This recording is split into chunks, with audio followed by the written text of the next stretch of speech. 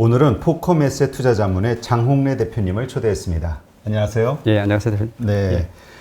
주로 지금 그 중국 쪽에 예. 투자를 많이 하고 계시는 걸로 예. 이렇게 소개가 되고 있는데요. 예. 근데 그 과거 이력을 보니까 예. 글로벌 4대 회계 경영 컨설팅 회사인 언스텐영 차이나에서 한국인으로서는 아주 유일하게 예. 파트너로 예. 일을 하셨다고 예. 이렇게 나와 있네요. 어떤 일들을 주로 하셨었는지 좀 예. 소개 좀 해주시죠, 간단하게. 예. 글로벌 4대 회계법인이 하는 역할은 주로 이제 회계 감사나 세무자문, 재무자문, 그다음에 경영 컨설팅 뭐 전반적인 걸 다 합니다. 그 중에서 이제 제가 주로 많이 했던 것은 그 듀디리전스라고 해서 기업들이 이제 그 인수합병을 할 때 그 매수자가 그 사는 매도자의 기업을 이렇게 리서치하는 게 있습니다. 감사하고 예, 감사. 실사, 우리 보통 실사한다고 하죠. 예, IPO에서도 그걸 반드시 하거든요. 네. 보통 한 달 정도 걸립니다. 규모에 따라서. 그러니까 그 매수자가 그냥 사는 게 아니라 회계, 재무, 법률적으로 철저히 그 실사를 하고 나서 이제 가격 조정을 하고 기업의 매매가 주식 매매만 이루어지는 절차하고 비슷하다고 생각하시면 됩니다. 그러면 이제 중국에서 예. 그 이 회계법인의 파트너로서 이제 예. 그 중국 기업들의 어떤 뭐 외국에서 중국 예. 기업에 투자하거나 인수합병 할 때 예. 아니면 중국 기업끼리 할 때 예. 그런 실사하는 예. 그런 작업들을 한 몇 년간 하신 거죠? 회계법인에 제가 16년 근무했고 네. 16년 동안 주로 한 게 그런 거하고 이제 세무, 회계, 감사, 중국에서 이제 그 회계 감사, 그다음에 부정적발 감사. 예를 들면 중국에는 좀 기업들이 그 좀 안 좋은 사건들이 많아요. 아니 우리 예. 일반적으로 중국 예. 통계 못 믿는다고 그러잖아요. 예. 그래서 그런 요청이 가끔가다 들어오기도 합니다. 그럼 중국에서만 몇 년 근무하신 거죠? 중국에서만 10년 근무했고 아. 제가 2003년부터 출장을 다녔으니까 어제 밤에 집에서 한번 비행기 타는 횟수를 생각해 보니까 한 600번 정도 중국 내에서 움직이는 거는 그런 정도 탔더라고요. 뭐 중국 기업의 실상에 대해서는 아주 예. 아주 정확하시겠네요. 예. 제가 예전에 예. 그 대우증권 대표이셨던 그 홍성국 대표님하고 예. 이렇게 방송을 한 적이 있었는데 그때 예. 그분이 그런 얘기 하시더라고요. 예.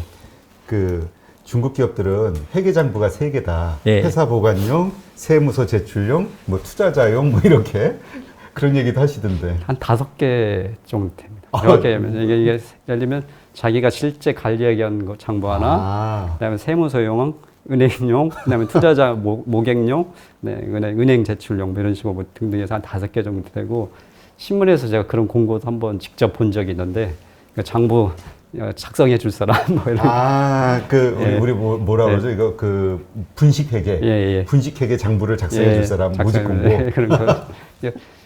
그만큼 좀 많이 그게 보편화돼 있어요. 근데 사실 한국의 기업이나 미국 기업도 역사를 보시면은 1929년 미국의 경제공황 났잖아요. 그 시발점이 주식 시장이 컬랩스한 거잖아요. 붕괴한 건데 그때 당시 그 상황을 묘사한 그 글레임이나 버핏의 글을 보면은 그 당시 이익을 이렇게 꾸미는 것 자체를 고도의 금융기법이라고 했어요. 그러니까 거짓장부 만들어 하는 거예요. 그러니까 이익 단기 비용 한 처리할 거를 뭐 20년 처리한다든지 그런 게 그 당시에는 선진화된 기법이었어요. 그 당시 사람들한테는. 그러니까 미국조차도 그런 게 거의 100년에 걸쳐 가면서 좋아진 거거든요. 그러니까 한국도 사실은 제가 회계 세무를 한 지가 30년이 넘는데 한국도 20년, 30년 전에는 그런 분식에 대한 게 상당히 좀 많았었어요. 그러니까 중국이 아직 한국에 한 30년 전 회계나 이런 그 장부에 대한 신뢰성을 따진다면 저는 한 20, 30년 전, 한국이 20, 30년 전에 볼 수 있다고 생각합니다. 그렇군요. 그래서 많은 분들이 정말 중국의 어떤 인구라든가 내수 시장 규모라든가 이런저런 것들을 보면은 참 투자 매력이 있는데 겁나는 게 그런 어떻게 믿냐는 거죠. 했다가 그리고 또 그 중국 기업들이 우리 한국 코스닥이나 이런 데 상장했다가 상장 폐지된 경우들이 몇 개 있잖아요.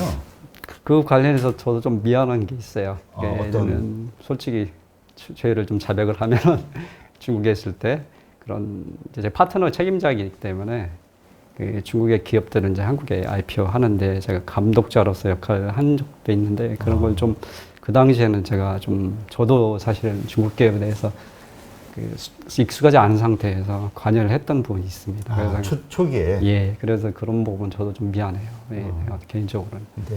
그러면 예. 제가 지금 궁금한 게 초기에는 왜냐면 예. 그냥 우리가 일반적으로 그 기업을 실사하는 어떤 기준 가지고 이렇게 판단하면 그냥 문제 없으니까 이렇게 통과가 되는 건데 사실은 이제 그걸 숨기는 그 뒷면 분식에 대한 거를 이제 발견하는 이제 기법들이 이제 경험이 쌓이면서 늘어나는 거잖아요. 예. 어떤 식으로 그런 일들이 일어나나요? 중국 기업은? 첫 번째로 먼저 아셔야 될 게 그 회계법인들이 이제 그 미국 같은 데서도 특히 이제 미국에서도 중국 기업들이 기만을 하면서 투자자들 손실을 일으킨 케이스가 많습니다. 루이싱 케이스만 있는 게 아니라 이번에 루이싱이 아주 화제가 됐었죠. 예, 그거는 뭐 하나고 사실은 200개 케이스가 넘어요. 소송 걸린 케이스만 해도 미국에서 상장된 중국 기업들이 소송 회계법인이나 이런 소송 걸린 케이스가 상당히 많거든요. 그런데 회계법인이 거의 이깁니다. 소송에서. 왜 그러냐면은 회계법인의 기본적인 거는 진실성을 파악하는 게 아니라 절차에 듀 딜리전스라는 의미가 그런 의미거든요.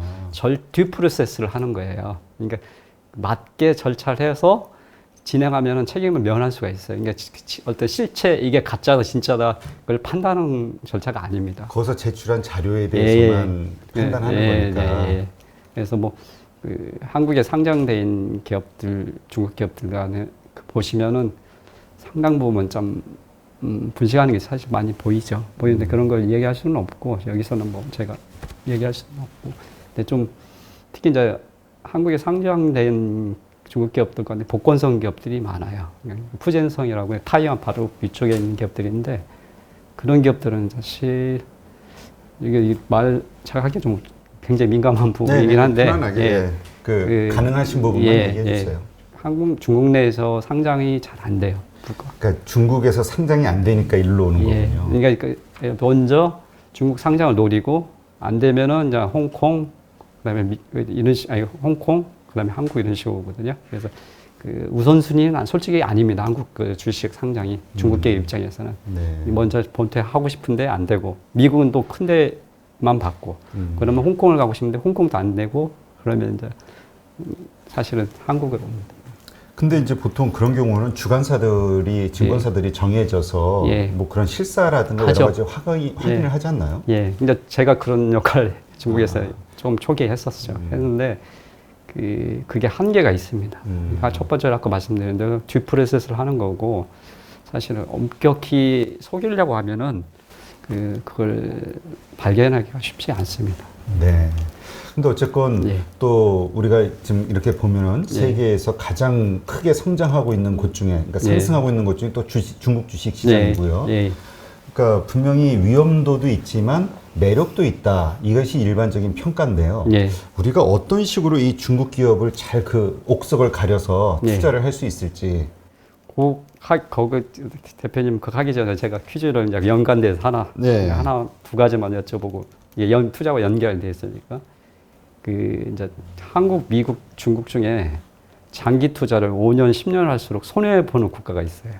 중국인가요? 예, 그렇습니다. 그러니까 5년 하려면은 1년 하면 수익이 한 10% 나오고 5년을 갖고 있으면 한 복리로 연 1% 정도 조금 넘게 나오고 10년 하면은 마이너스 나옵니다.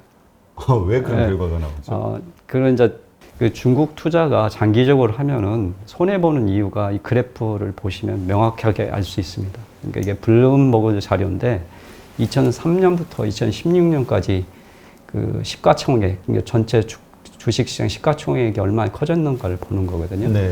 첫 번째 미국을 보시면은 2003년부터 16년, 14년간에 87%니까 한 배 약간 안 성장한 거거든요. 100%가 아니니까. 중국을 보시면은 차이나를 보시면 1479%, 그러니까 15배가 성장했어요. 그 주식시장 시가총액 전체가. 시가총액 전체가. 시가총액. 근데 그런데 보시면은 그래프를 보시면은 이게 S&P 500하고 CS 300, 그러니까 미국의 대표적인 500개 기업하고 중국의 대표적인 300개 기업의 수익률을 보신 거거든요. 그 그래프를 보시면 빨간색, 황색이 S&P 500이고 밑에가 CIS-300, HS-300이라고 중국에서는 그럽니다. 후전 300이라고. 네. 후가 상하이고 션이 심천 두 개 합친 300개 기업이거든요. 네. 보시면은 거의 10년 동안 박스권에 그대로 있습니다. 그러니까 올라갔다 내려갔다 하긴 하는데 한 번 올라가면은 한 4, 5년 쭉 떨어지고 한 번 팍 올라갔다가 4, 5년 쭉 떨어지고 근데 S&P 500 보시면 변동이 있겠지만 우상향 쭉 하잖아요. 그렇죠. 그 얘기는 장기 투자하면은 S&P 500은 확률적으로 반드시 그러니까 10년을 보시면은 S&P 500이 연봉률은 12%를 줍니다. 네. 근데 쿠션 300, CIS 300에 나가면 마이너스입니다. 5년을 하게 되면은 한 1.2% 2, 3% 나오고요, 연봉률로. 근데 예. 그 이유가 가장 명확한 게 뭐냐면 제가 중국에 많은 전문가가 계시고 투자하시는 분인데 미스하신 게 결정적으로 미스하는 분이 뭐냐면은 시가총액이라는 게 커지면 주가도 올라가신다고 생각하는데 그게 아니라 주가라는 거는 시가총액은 주가 곱하기 주식 수잖아요. 네. 근데 결정적으로 미국은 자사주 매입이나 소각을 해서 주식수가 증가하지 크게 않습니다. 그러니까 계속 소각이나 이런 좋은 기업들이 대부분 자사주 매입을 하거든요. 그렇죠. 그렇기 때문에 시가총액 자체는 커지지가 않습니다. 그러니까 주식수는 상당히 줄어들거나 자사주 매입 그래서 주가가 올라가는 거고 중국 반대로 주가가 올라지 않는 이유는 물량이 너무 많아요. IPO. 계속 예. 신규 주식들이 예. 들어오니까. 예. 그게 이전에는 비유통주가 풀리는 게 있었고 지금 뭐냐면 IPO가 중국이 3,000개인데 4,000개 되는 게 몇 년 안 걸렸습니다. 그러니까 너무 많아요. 그 다음에 두 번째로 뭐냐면 중국에 띵정이라는 말이 있는데 이게 유상증자 하는 거거든요. 저한테도 그런 오파가 한번 왔었는데 일본 대주주 관련된 일부 투자자들만 상대로 해서 유상증자를 시가, 그러니까 주식의 시가의 한 30% 정도에서 유상증자하는 게 빈번합니다. 그러니까 사실은 그게 예. 우리로 엄밀히 따지면 배임 행위가 될 수 있는 예, 거잖아요. 그런 행위가 아직도 많습니다. 그렇기 때문에 제가 결론적부터 말씀드리면은 중국은 지수 추종하는 상품 ETF나 투자하면 장기적으로 손해입니다. 그러니까 단기적으로 이렇게 뭐 좀 올랐을 때 팔고 이런 식으로 가야지 결정적으로 장기 투자를 할 수 있는 거는 S&P 500이나 미국 시장밖에 안 됩니다. 그러니까 그 패턴이 중국의 그 20년 패턴이 똑같습니다. 한 4, 5년 지그에서 예를 들면 2007년에 한 6천 넘었다가 2015년 한 5천 넘었다가 이런 식으로 그리고 계속 그게 가장 큰 이유가 IPO가 정제되지 않고 계속 나오는 것. 또 이번에 웬만한 투자자는 알겠지만 등록제로 또 창업판이나 거창 네. 바뀌잖아요. 거창판. 그러면은 예를 들면 초기에 그 투자하신 분은 잠깐 돈을 벌겠지만은 그러니까 중국 시장을 한마디로 비유를 하자면 한국의 옛날에 그 떴다방이라고 생각하시면 돼요. 분위기 올려서 공모주 때 잠깐 한 4, 5개월 바짝 올라가고 계속 빠져요. 그러니까 그 초기에 그렇게 타서 돈을 좀 버시는 분들은 있겠지만 장기 투자, 예를 들면 1년, 2년 중국 ETF 하면 중국이 성장하니까 내가 투자해서 돈을 벌겠다. 이건 불가능합니다. 예를 들면 40년 동안 중국의 GDP가 몇 배 성장했냐면 75배 성장했습니다. 엄청 했네요. 예. 그런데 주식은 그렇지 않거든요. 그러니까 결정적으로 첫 번째는 IPO가 정제되지 않고 계속 너무 많다. 그다음에 두 번째로는 좀 잘 된다 싶으면 유상증자를 너무 빈발하게 한다. 근데 그게 통제가 되지 않고 그게 가장 큰 문제입니다. 그래서 제가 결론적으로 말씀드리면 심천도 그렇고 상해도 똑같습니다. 심천은 그로스하는 생장이니까 심천은 안 그래요. 심천도 시계열로 보시면은 거의 주기적으로 올랐다가 확 떨어지고 지금은 약간 오르는 시기에 있거든요. 네. 그래서 7월, 8월 달에 한국분이 제일 많이 투자한 게 SMIC라는 그 중국 반도체 기업이에요. 근데 사실은 저는 개인적으로 너무 안타까운 게 뭐냐면 중국의 5G가 잘 된다, 뭐 반도체가 잘 된다 그래서 막 투자하는 거는 사실은 엄격히 따지면 우리나라 돈을 중국에다 그냥 주는 거와 똑같아요. 왜냐면은 그 중국의 지금 반도체 기업 투자 현황을 보시면은 실제로 투자를 거의 모든 기업에서 다 해요. 그러니까 시진핑 국가 주석이 지시를 하고 관심이 있어서 모든 지방 정부는 반도체 기업을 다 갖고 있습니다. 그 다음에 심지어 국영기업들자도 갖고 있고 전혀 예를 들면 술 만드는 기업이 반도체 투자를 한다든지 이런 식으로 잘 보이기 위해서 이게 한 1,400개 정도 돼요. 네. 그 중에 실제로 이익이 나는 기업은 한 10개 정도밖에 안 돼요. 미래를 본다고 하지만 ETF라는 거는 전체를 담는 거잖아요. 그렇죠. 그러면은 그 전체 평균이 안 좋으면 떨어지는 거잖아요. S&P 500이 계속 우상향하는 건 뭐냐면 전체 표본이 좋기 때문에 우상향하는 거거든요. 그러니까 중국은 제가 투자하지 말라는 얘기가 아니라 그 한두 개의 좋은 기업을 골라서 투자를 해야지 미국식으로 ETF를 담으면 다 보면은 평균이 나쁘기 때문에 하락하게 돼 있습니다.